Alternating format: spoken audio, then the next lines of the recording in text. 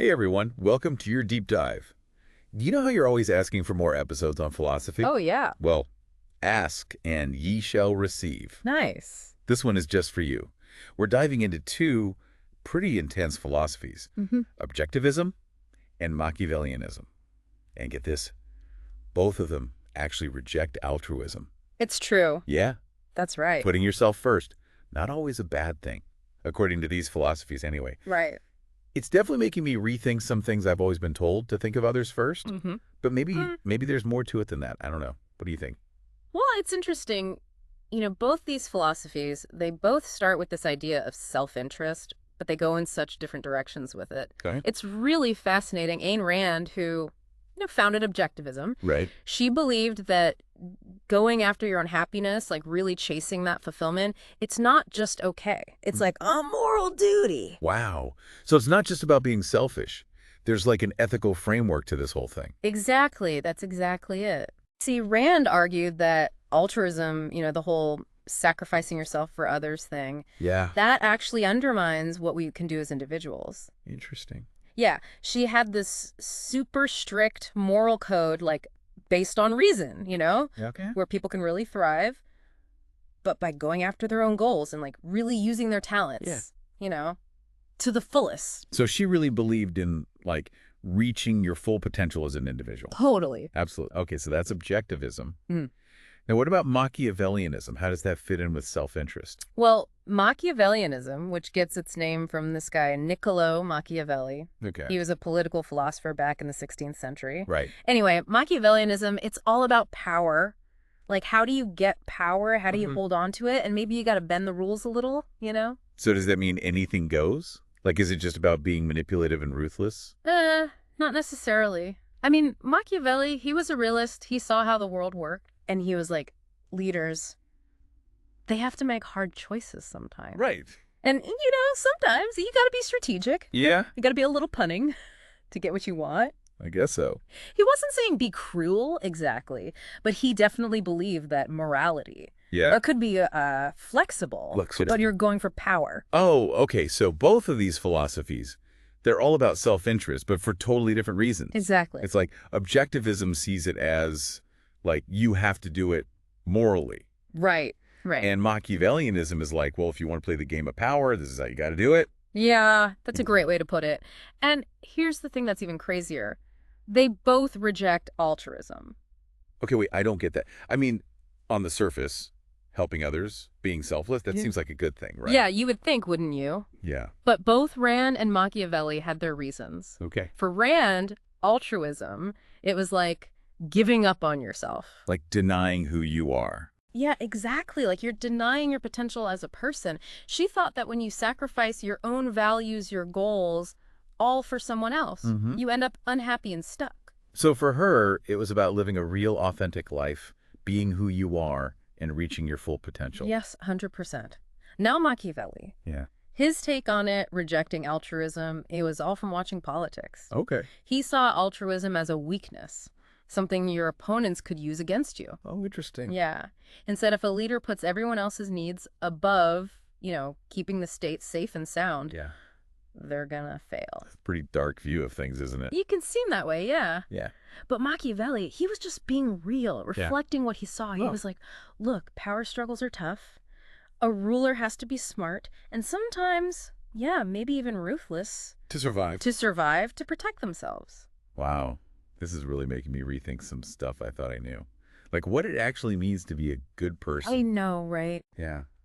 It's challenging my ideas about selflessness, that's for sure. That's what philosophy does, though. Yeah. It makes you think. Yeah. It really makes you think. It makes you question everything. It does. And look for different ways of seeing things. Okay, so I'm seeing some things in common here with these philosophies. Uh-huh. They both prioritize self-interest. Right. They both say no to altruism. Yeah. And they both seem to be more about what actually works. Practical? Yeah, practical over just some lofty ideal.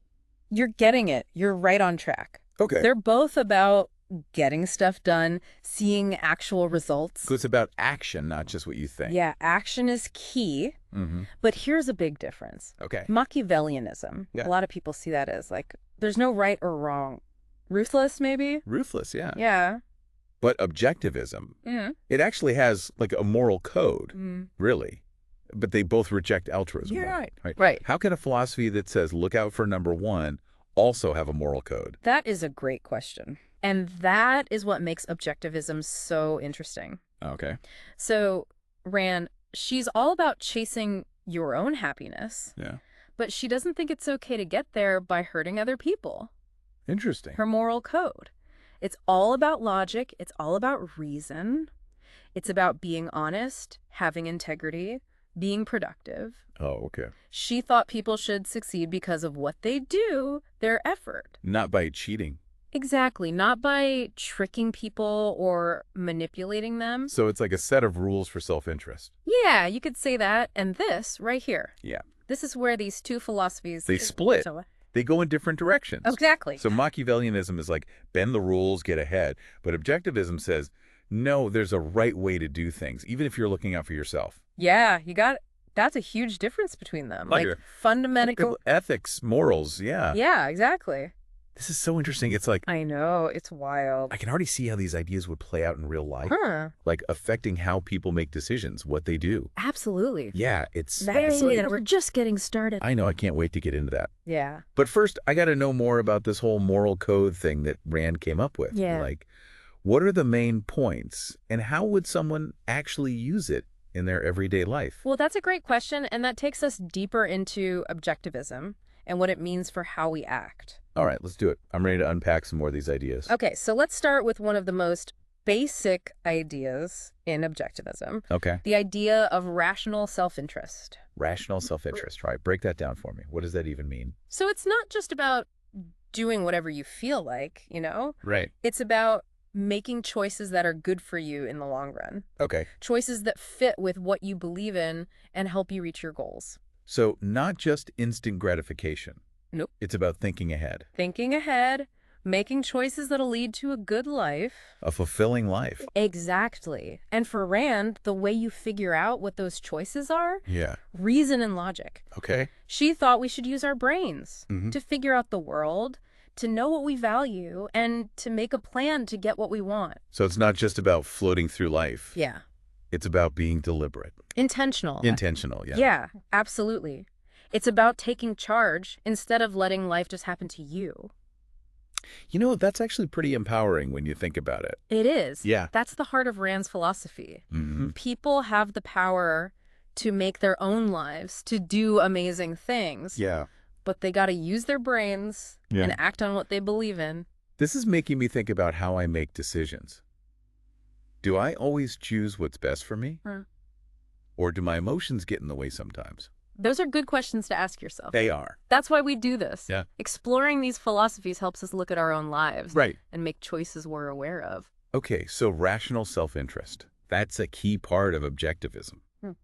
What else is there? What other principles are part of Rand's moral code? Well, there's this other big idea, individual rights. So freedom to be yourself. Yeah, freedom, being your own person. Yeah. Rand thought that everyone has the right to live how they want, as long as they're not stepping on other people's rights. Okay. She thought the government's job was mainly to protect those rights, not to mess with people's lives or tell them what to do. I feel like that could have some pretty big implications for politics, you know? Oh, absolutely. Rand's ideas have been super influential for libertarian and free market movements, Interesting. especially in the U.S. So it's not just about how you live your own life.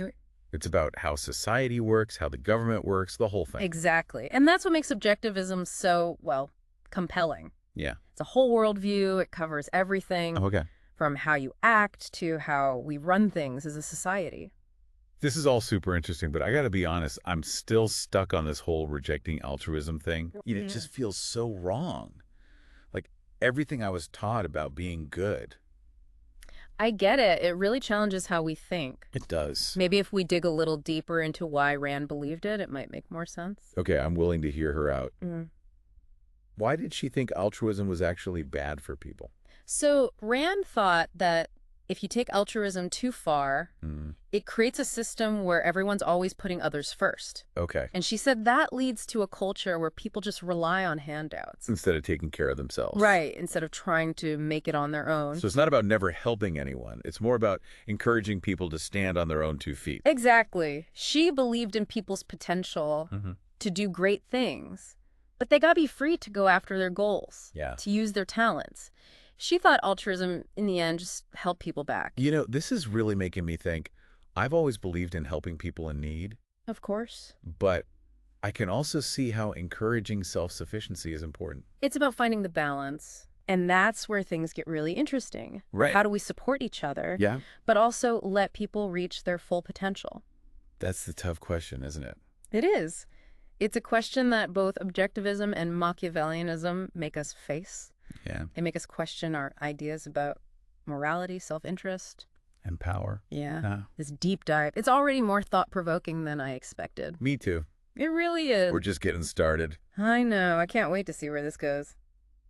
What else you got? You know, it's crazy how much debate these two philosophies spark. Yeah. Like they get right to the core of who we are, how we function as a society. We've talked about how they both really emphasize individual ambition. Yeah. And how they both reject altruism. But I'm still kind of grappling with what that means, you know? Like, if everyone's just out for themselves, what happens to the idea of, like, working together for the common good? Right. Does that just fall apart? Well, that's the big question, isn't it? Critics of both philosophies say that, yeah, if you take them too far, they could lead to a society where it's every man for himself. So it's like a cutthroat world. Yeah, where cooperation and empathy kind of disappear. And it's just this relentless pursuit of personal gain. That's the worry. Yeah. Wow. So it's like everyone's just trying to climb the ladder and they'll step on anyone to get to the top. That's a little dramatic, maybe. Right. But it does get at that fear of a society that's just too individualistic. Right. Like, it could become unstable, fractured. Because if everyone's just worried about themselves, who's looking out for the people who need help? Exactly. Who's going to deal with those big problems that need everyone to work together? Right. Like poverty, inequality, climate change. Yeah, it's like everyone's playing their own game with no rules and no referee. Yeah. And without a sense of responsibility to each other, those big problems are just going to get worse. Right. But I can see the other side too, you know? Oh, yeah. Like that ambition to succeed. Isn't that what drives innovation and progress? Think about all those entrepreneurs. They take risks, start businesses, create jobs. Right. If you tell people not to be ambitious, won't that stifle that creativity? That's the counter-argument, for sure.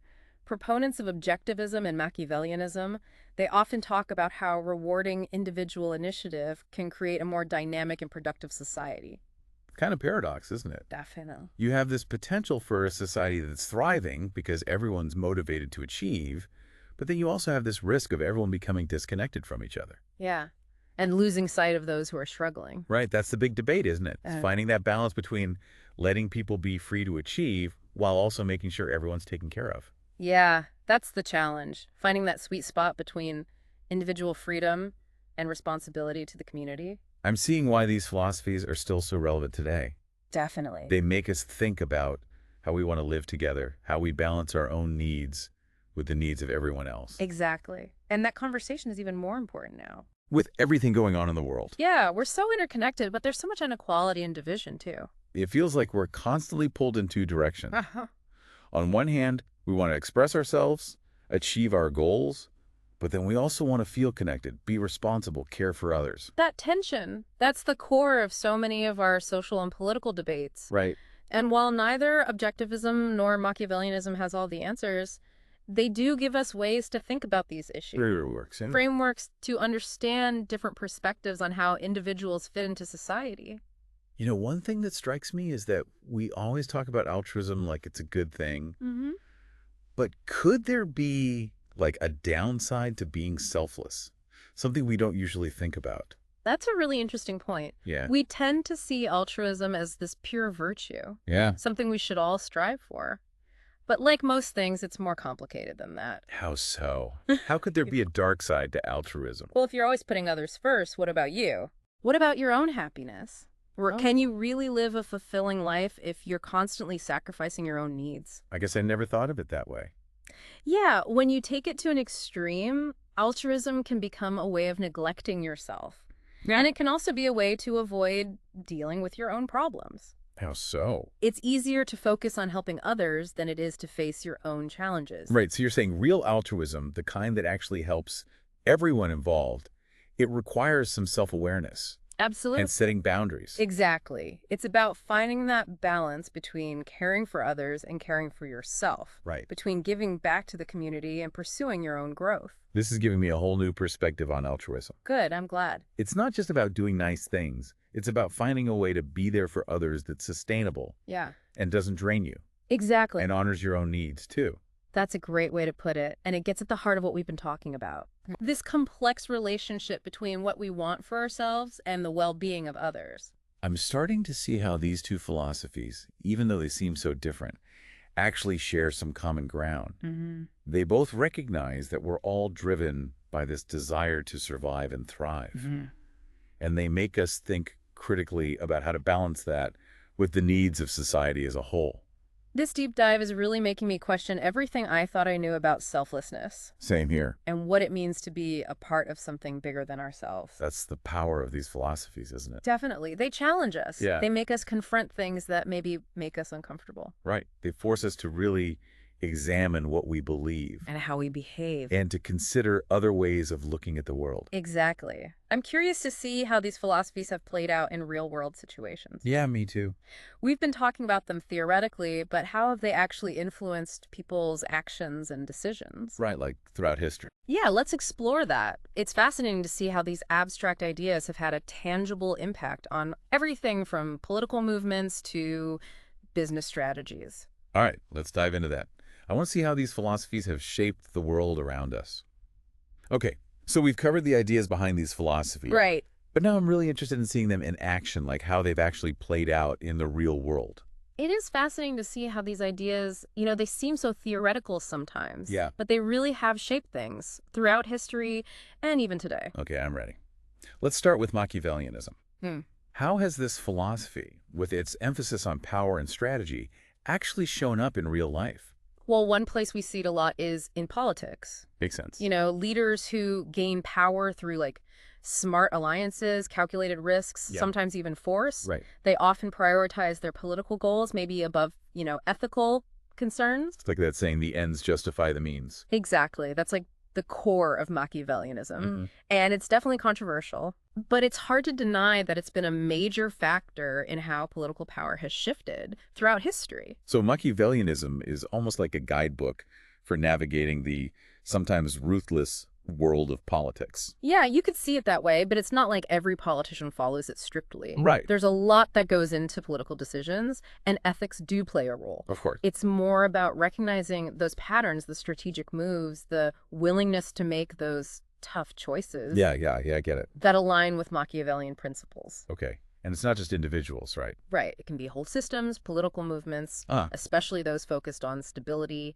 keeping order above everything else. So Machiavellianism, it can be used to create and maintain power, but it also has this moral gray area. Exactly. Okay, now let's switch gears. Okay. Let's talk about objectivism. How have Ayn Rand's ideas about, rational self-interest and achieving your goals, how have those played out in real life? Well, I immediately think of the business world. I can see how her philosophy would appeal to entrepreneurs and CEOs, people who are all about profit and efficiency. You're right on the money there. Objectivism has had a big impact on business, especially in capitalist systems, where competition and individual initiative are really valued. It's that classic image of the self-made person, the one who takes risks, builds a successful business through hard work and pure grit. That's a perfect example of objectivist principles in action. But there's been pushback against objectivism in the business world too, right? Doesn't that focus on profit sometimes lead to, unethical behavior? For sure. That's a huge debate. And critics argue that a purely objectivist approach can lead to, worker exploitation, ignoring environmental issues, just focusing on short-term gains instead of sustainability. Right. It's that classic conflict between profit and doing the right thing. Exactly. And it's a conflict that objectivism, with its focus on individual achievement and limited government, sometimes struggles to address. It seems like both of these philosophies, while offering some valuable perspectives, also have these potential downsides when you put them into practice. That's the thing about any philosophy, you know? It's about understanding its strengths and weaknesses, Yeah. recognizing both the good and the bad, and then using that knowledge in a smart, nuanced way. So it's not about blindly following the rules. It's about using these ideas to think critically, make informed decisions, Yes. navigate the complexities of the world. Exactly. And as we wrap up this deep dive, Yeah. I encourage you to keep exploring these ideas, read more about Machiavelli and Rand. Mm-hmm. Think about how their philosophies might influence how you approach your own life, your work, Yeah. and how we face the challenges we have as a society. This has been amazing, breaking down these complex philosophies and seeing how they've actually shaped our world. And I'd like to leave you with one final thought. Okay, hit me with it. So, both Objectivism and Machiavellianism warn us about the dangers of unchecked altruism, right? Makes you wonder, is there a downside to selflessness that we just haven't fully considered? It's like we've been exploring this whole spectrum Yeah. between looking out for yourself and caring for others. Right. And it's not so black and white. Not at all. It's complex with all these motivations and consequences. Maybe the real challenge is finding that balance. Yeah. Where we can pursue our goals but also create a fair and thriving society. Absolutely. Yeah. It's about recognizing that our individual lives are connected to the well-being of the community. And finding that balance, it's a constant process, you know, It is. of thinking, feeling empathy, and taking action. Well said. We'll leave you to continue exploring these ideas, to question your own assumptions, and have those meaningful conversations about the kind of world we want to build. Thank you so much for joining us on this deep dive into Objectivism and Machiavellianism. We hope it's been thought-provoking And insightful. and that it's given you some new perspectives to consider.